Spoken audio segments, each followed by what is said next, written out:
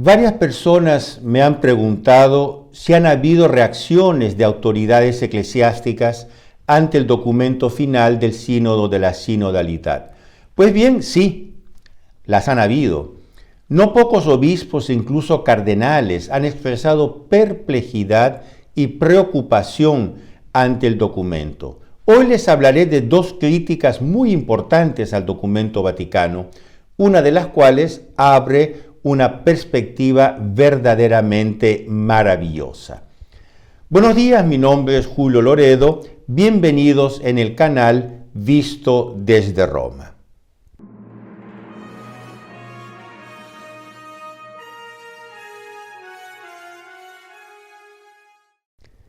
Si aún no te has suscrito al canal, te invito a hacerlo. Te invito también a compartirlo con tus amigos. Mantente actualizado, informado directamente desde aquí, desde Roma, sobre lo que está sucediendo en la Iglesia. Ya he explicado que, más allá de los documentos producidos por el Sínodo, el mero hecho de la existencia de un proceso sinodal ya es una herramienta importante para reformar radicalmente la Iglesia, alineándola con ciertas ideologías contemporáneas. Por eso he dicho, siguiendo la opinión de importantes eruditos, que la sinodalidad misma introducida en la Iglesia es el principal mensaje del sínodo.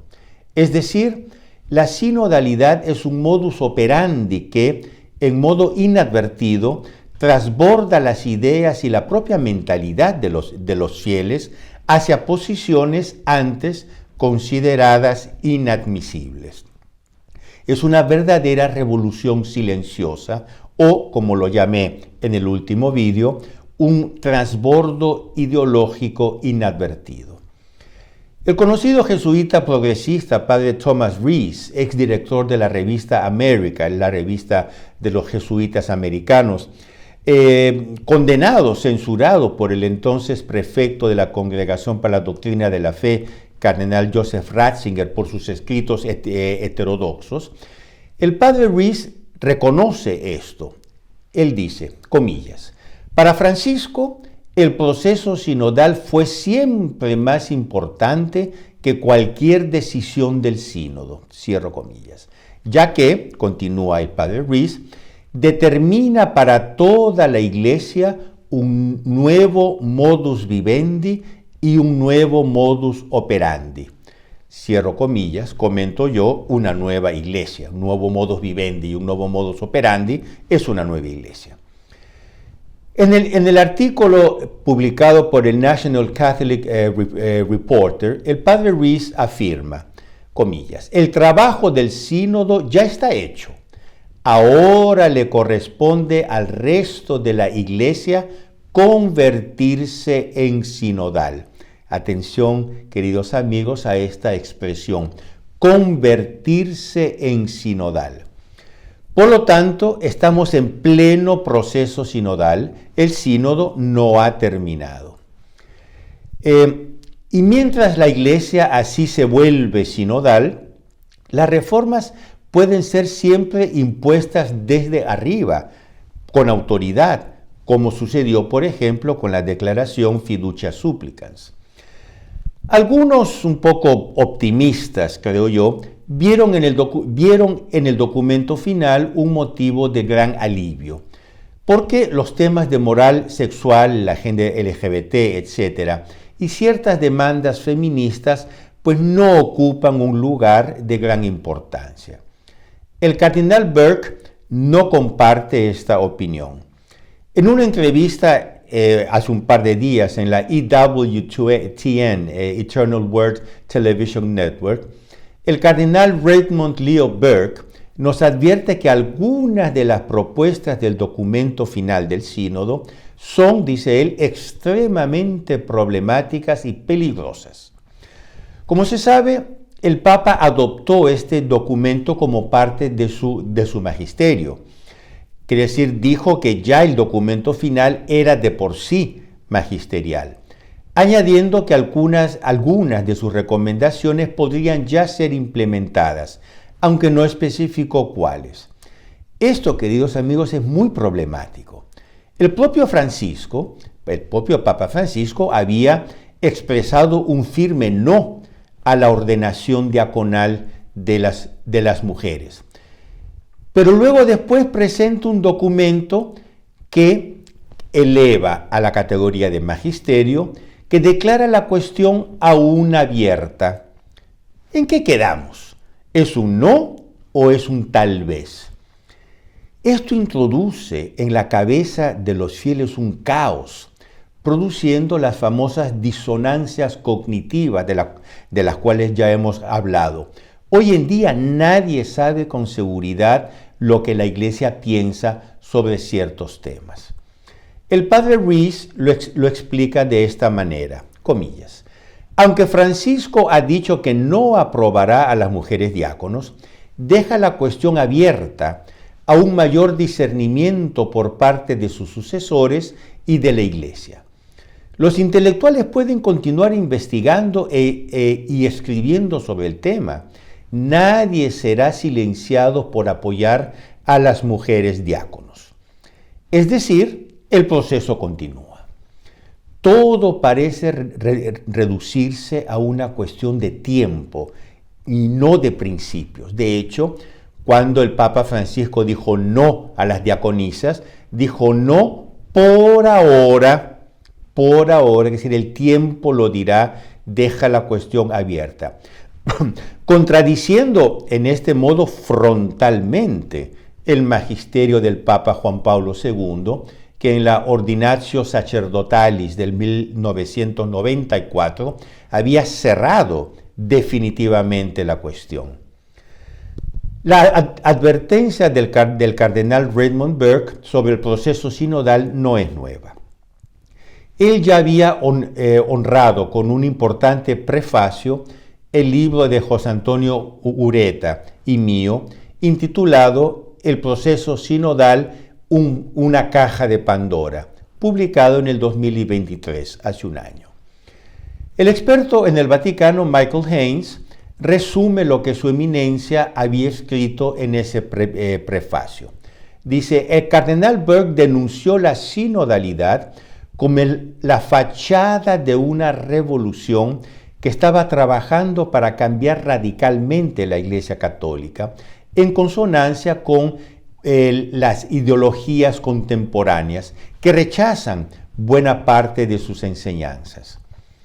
En la reciente entrevista a EWTN, el valiente prelado americano se mantiene firme en sus posiciones. No cree que las cosas hayan mejorado en absoluto con el citado documento final del sínodo. Muy por el contrario, han empeorado. Para empezar, el documento final del sínodo contiene un proyecto para una nueva forma de gobierno de la Iglesia, una forma más igualitaria, más democrática, que parece contradecir el carácter jerárquico sacramental deseado por el propio Jesucristo, su fundador. También está la base para la descentralización. Esta palabrita se dice varias veces en el documento, la descentralización de la doctrina y de la disciplina de la Iglesia, lo que, comento yo, destruiría su unidad.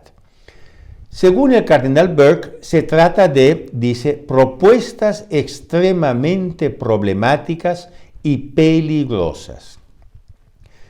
Para el cardenal Burke, en un momento evidente de crisis de la Iglesia y de la sociedad, en lugar de dedicarse a estos discursos sinodales, que él llama simples vehículos para proponer todo tipo de ideas, la Iglesia, dice él, debería concentrar sus energías en, dice, la proclamación de la verdad sobre la vida humana, sobre la naturaleza humana, sobre la sexualidad humana, sobre el matrimonio, sobre la familia, sobre la libertad religiosa, cierro comillas.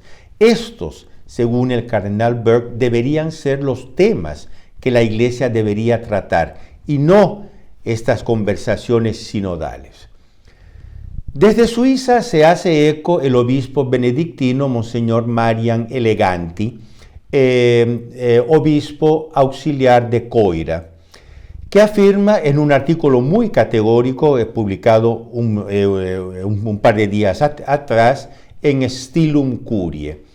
Él dice que utilizando un nuevo lenguaje, la sinodalidad quiere introducir un nuevo paradigma, según el cual nada en la Iglesia será como antes. Quiere decir, según Monseñor Eleganti, la sinodalidad es una especie de caballo de batalla, caballo de Troya, digamos, dentro del cual hay un nuevo paradigma que, si fuere aplicado, nada en la Iglesia será como antes.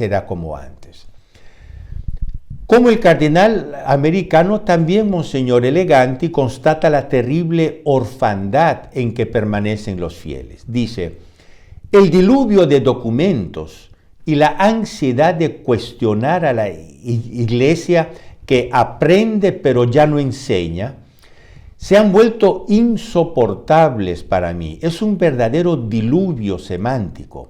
Nos ahogamos en palabras y especulaciones, en nuevos pecados y documentos, pero nadie en la vasta base social se convierte con el sonido de la trompeta sinodal. Cierro comillas. De hecho, todo este proceso sinodal está haciendo que mucha gente abandone la Iglesia y no está convirtiendo a nadie. Observa también Monseñor Eleganti que, aunque el sínodo habla de misión, favorece el relativismo más que la conversión a la que nos invita continuamente el bautismo.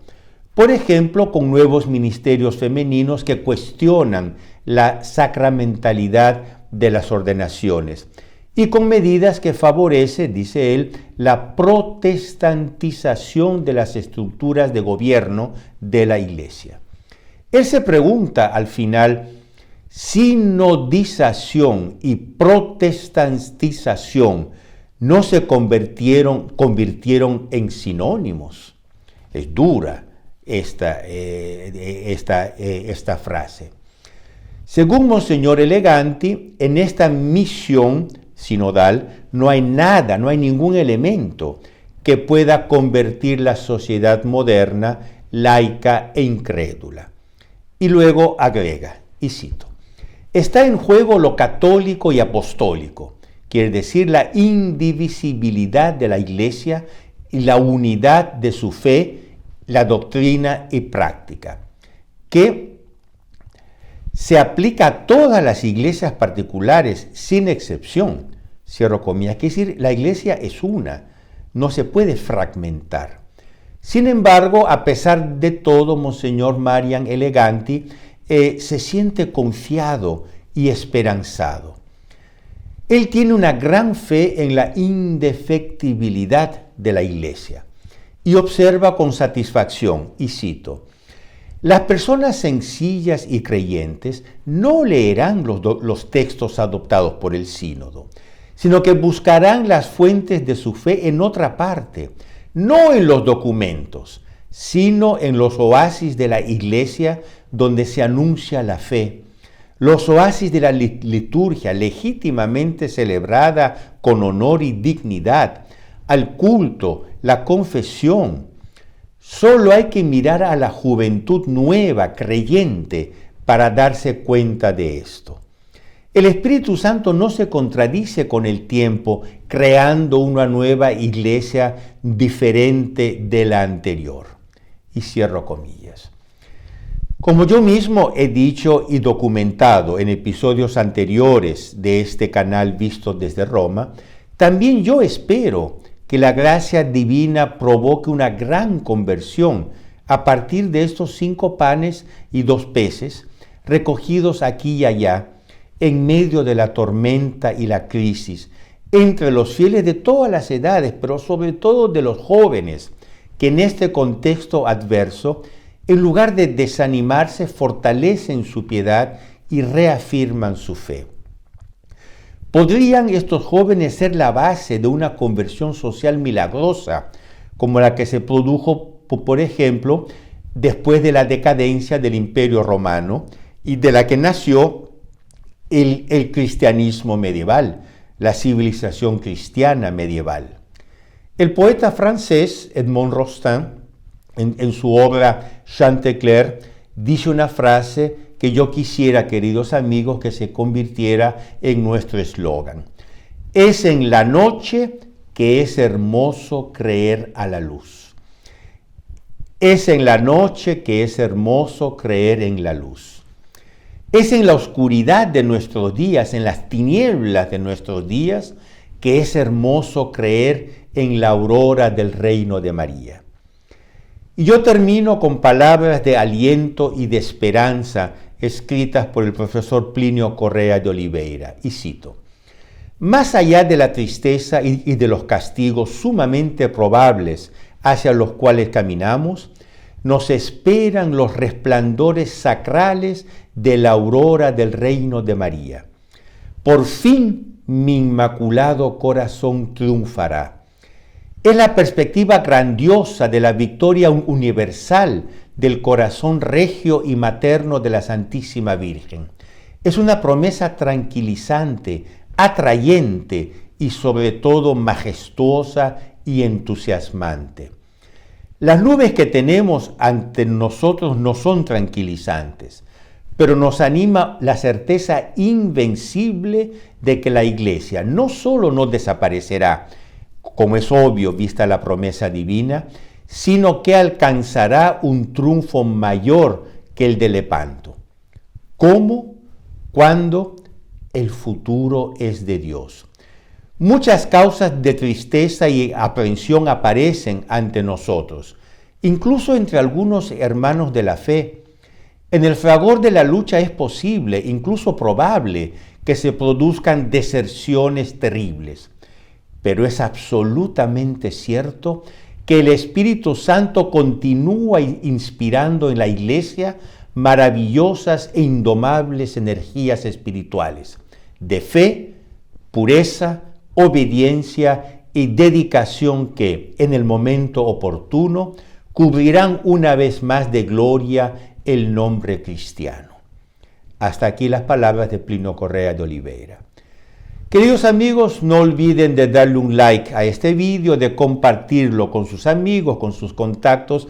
Ayúdenme, por favor, a hacer crecer este canal para que un mayor número de personas pueda estar actualizada directamente desde aquí, desde Roma, sobre lo que está pasando en nuestra iglesia. Y nosotros nos vemos la próxima semana, siempre aquí en el canal Visto desde Roma. Arrivederci.